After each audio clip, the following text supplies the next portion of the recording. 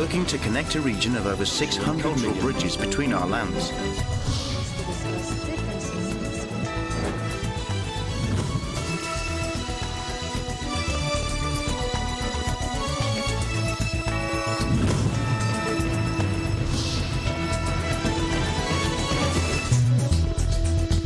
Good evening, I'm Alma Angeles, and you're watching ASEAN in Focus on tonight's headlines. Holiday floods in the Philippines forced the evacuation of nearly 46,000 people from their homes. The Filipino community in the U.S. is advised to monitor and make necessary preparations as a powerful snowstorm sweeps through the central and eastern areas. And rescuers have called off the search for bodies after a massive pre-dawn landslide blanketed a campsite north of Malaysia's capital, killing 31 people. And Taipei's defense ministry said China deployed 71 warplanes in weekend military exercises around Taiwan, including dozens of fighter jets in one of its biggest daily incursions to date.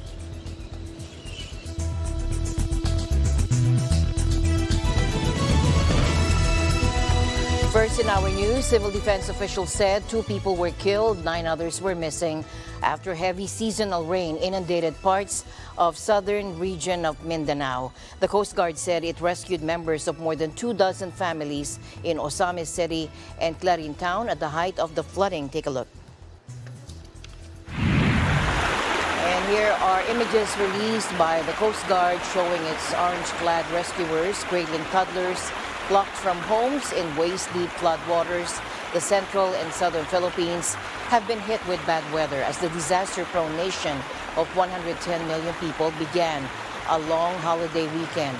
Millions of people traveled to their hometowns for family reunions during this period. The Coast Guard also said strong winds and big waves sank a fishing boat on Christmas Day off the coast of the central island of Leyte. 2 crew members were killed, 6 others rescued. The Philippines is ranked among the most vulnerable nations to the impacts of climate change. Scientists have warned that storms are becoming more powerful as the world gets warmer. And the historic deadly storm that hit the U.S. on Christmas Eve. More than 100 million people now under some type of weather alert, with weather-related deaths rising to at least 31. A crisis situation was unfolding in Buffalo, New York, western New York, where a blizzard has left the city marooned, with emergency services unable to reach high-impact areas. Let's listen in. The suburbs of Buffalo as well as the city itself, and it is devastating. It is going to a war zone, and the vehicles along the sides of the roads are shocking. It's not just small vehicles, it is literally snowplows. It is major size recovery vehicles and utility vehicles and tow trucks. Lawyers, we know how to get through it, but we're still in the throes of this very dangerous, life-threatening situation.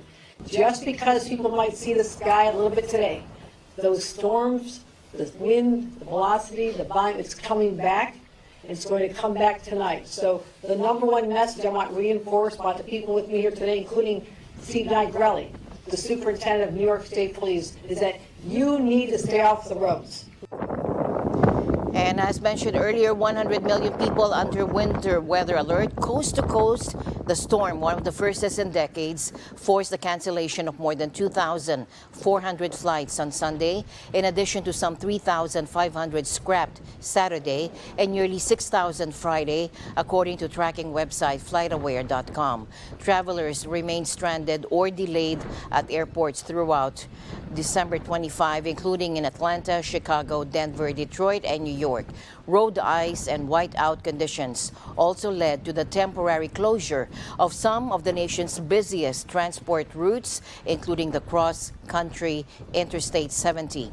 The extreme weather has severely taxed electricity grids, with multiple power providers urging millions of people to reduce their usage to minimize rolling blackouts. At one point on Saturday, nearly 1.7 million customers were without electricity in the biting cold, according to tracker PowerOutage.us.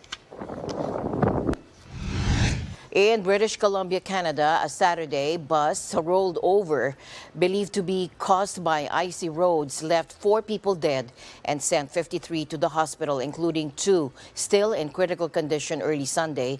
Hundreds of thousands were meanwhile left without power in Ontario and Quebec. Many flights were canceled in major cities, and train passenger service between Toronto and Ottawa also suspended. Meanwhile, the Filipino community in the U.S. is advised to monitor and make necessary preparation as this powerful snowstorm sweeps through the central and eastern areas. Take a look.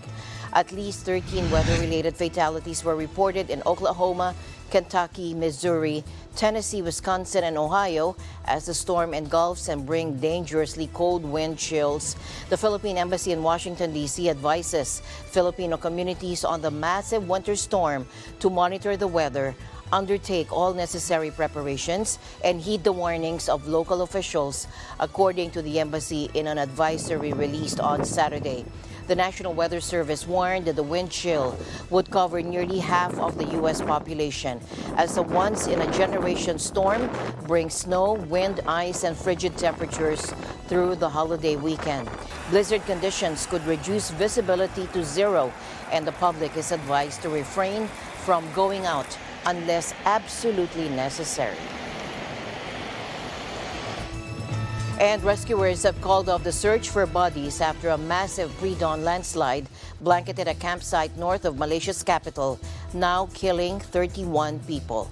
According to police, 92 people, including dozens of children, were sleeping at the unlicensed campsite at an organic farm in Batangkali, Selangor State on December 16, when tons of soil and mud thundered down the hill.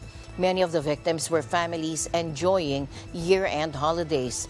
2 of the deceased, a mother and her toddler daughter, were found hugging each other, while a man was uncovered still clutching his dog. The farm didn't have a license to operate a campsite, according to authorities. Landslides are common in Malaysia after heavy rains that regularly punctuate the end of the year. Meanwhile, 3 more bodies have been recovered from the waters after a Thai warship went down in the Gulf of Thailand a week ago. The death toll has now risen to 18. The HTMS Sukhothai sank on December 18, roughly 37 kilometers off Thailand's southeastern coast, with a massive rescue operation managing to pull 76 crew alive from the waves. Now, the Navy said 11 members of the 105-strong crew are still missing. The vessel, a corvette, among the smallest of military warships, ran into trouble after its electronic system was damaged. On Tuesday, Admiral Colentis Novagaruta called the incident one of the most severe tragedies in the Navy's history.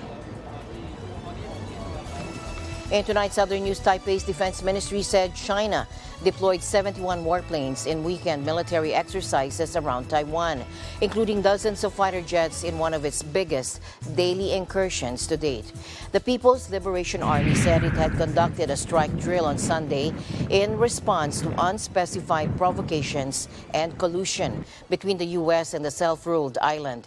Data from Taiwan's defense ministry showed those drills were one of the largest since they started releasing daily tallies. In a post on Twitter, Taiwan said 60 fighter jets took part in the drills, including 6 Su-30 warplanes, some of China's most advanced. Moreover, 47 of the sorties crossed into the island's air defense zone, the 3rd highest daily incursion on record, according to AFP's database. Taiwan lives under constant threat of invasion by China, which claims the self-ruled democratic island as part of its territory to be taken one day. He's one of the world's worst and most notorious serial killers. Now, the man known as the Serpent has been freed from a Nepalese prison and has arrived in France. Charles Sobraj preyed on Western tourists in Southeast Asia, and for years he managed to evade police. Let's listen in. When I came in, I didn't do anything. And that case that I was in, the Human Rights Committee, they have declared that they are in violation of ICCPR. I am innocent in those cases. Okay? So I don't have to feel bad for that. Or good. I'm innocent. It was based on the fake documents. Sobraj drugged, robbed, and murdered. Sobraj, who was portrayed in the Netflix BBC series The Serpent, has been linked to more than 20 murders across Asia in the 1970s. Sobraj evaded police for years until he was locked for life in 2004, charged with the murders of 2 tourists in Kathmandu. After 19 years, the killer walked free and has arrived in France. The 78-year-old's release was ordered by Nepalese police on the ground of his good behavior and his bad health, plus the fact that he served almost all of his sentences. Sobraj confessed to the murder of 12 mainly Western tourists in Southeast Asia in the 70s. He was named the Serpent, a name stemming from his reputation for disguising himself. He spent 20 years in a prison in India and 20 more in Nepal. The cold-blooded killer now ordered to leave the country. Nearly half a century after he sowed fear along the 1970s hippie trail, French serial killer Charles Sobraj, the Serpent of the hit TV drama serial, still haunts the lives of those who crossed his path. Watch this. Les amis sont toujours les bienvenus à la maison.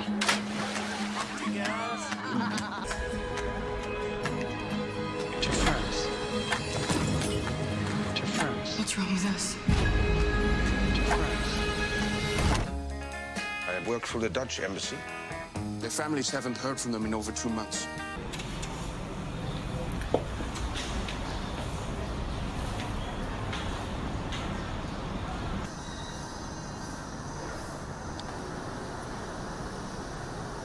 Yes?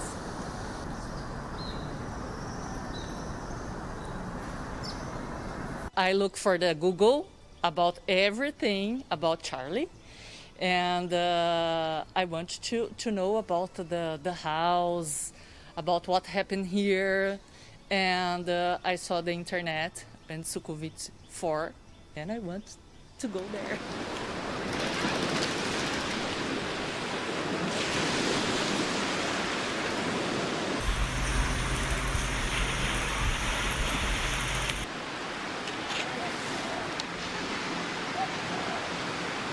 Le moment le plus terrifiant pour moi, ça a été quand je me suis retrouvée dans l'ascenseur avec eux, quand ils m'ont ramenée à la maison.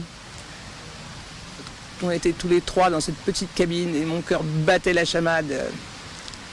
Je l'entendais moi-même, mon cœur. J'étais sûr qu'il l'entendait aussi. Et que si j'avais mon cœur qui battait comme ça, c'est que j'avais quelque chose sur la conscience.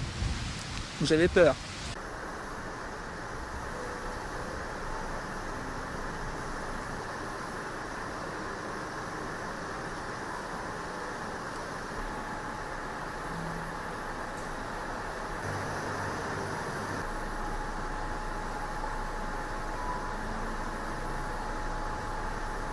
I was annoyed, but what can they do? Nobody can blame me. No, nobody. Nobody blame me because I did my best, and I saved the police department face because the transportation make a mess.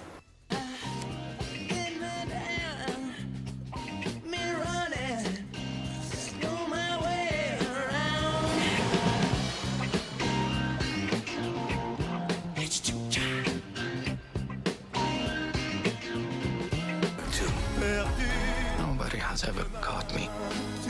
I expected to feel great guilt. I did not. I felt free. A broken-down boat carrying 57 Rohingya refugees landed on Indonesia's western coast after a month at sea. Take a look. Myanmar. You want to go to Malaysia? Just want to go to Malaysia. So, How long you in the sea? How long you in your boat? I just know. No, 1 month? Yeah. 1 month?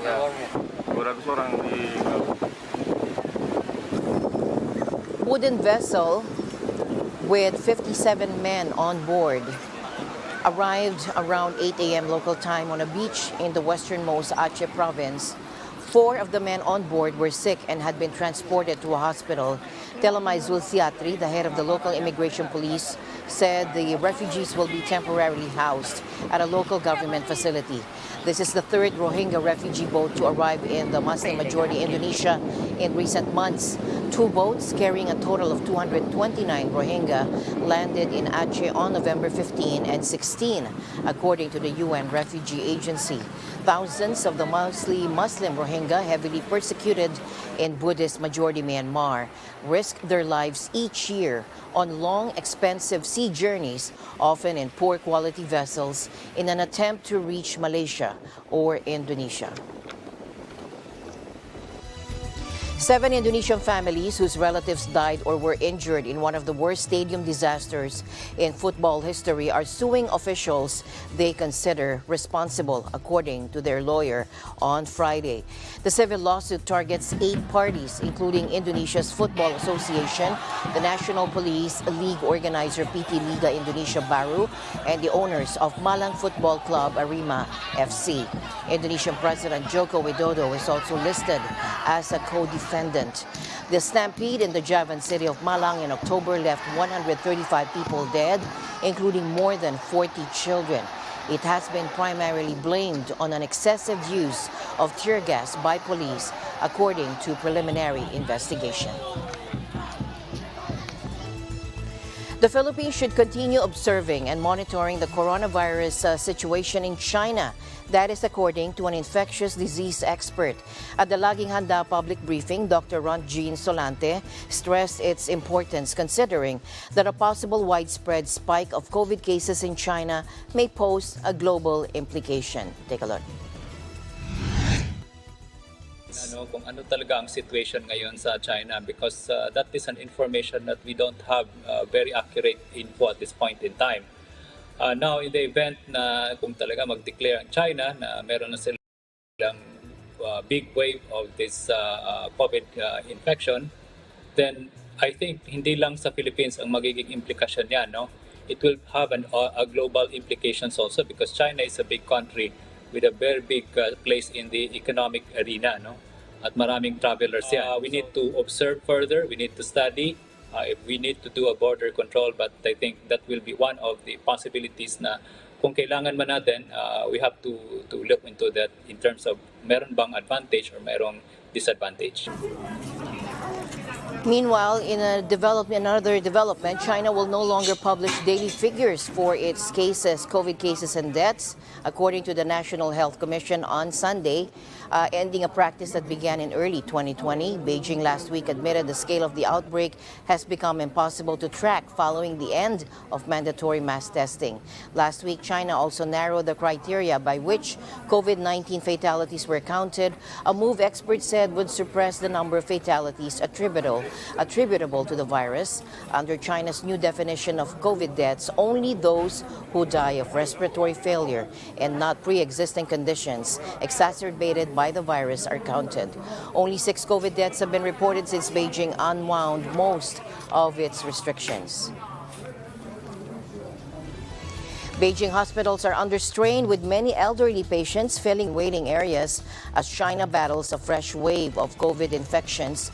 China this month has rapidly dismantled key pillars of its zero COVID strategy, doing away with snap lockdowns, lengthy quarantines, and travel curbs in a jarring reversal of its hallmark containment strategy. First, let's listen in. WHO is very concerned over the evolving situation in China, with increasing reports of severe disease. In order to make a comprehensive risk assessment of the situation on the ground, WHO needs more detailed information on disease severity, hospital admissions, and requirements for ICU support. At the same time, it's also very important for all countries, including China, to focused on people getting vaccinated, making testing and treatment available, and importantly, sharing information with the world about what they're experiencing. With the COVID situation entering a new phase, we have taken the initiative to refine the response measures to make them more up-to-date scientifically, more targeted and more effective. The State Council's Joint Prevention and Control Mechanism has held several press conferences on this. We have seen rising vaccination rates, strengthened treatment capacity, and expanded production capacity of medical supplies, which at the moment are generally in adequate supply. China's COVID situation is on the whole predictable and under control.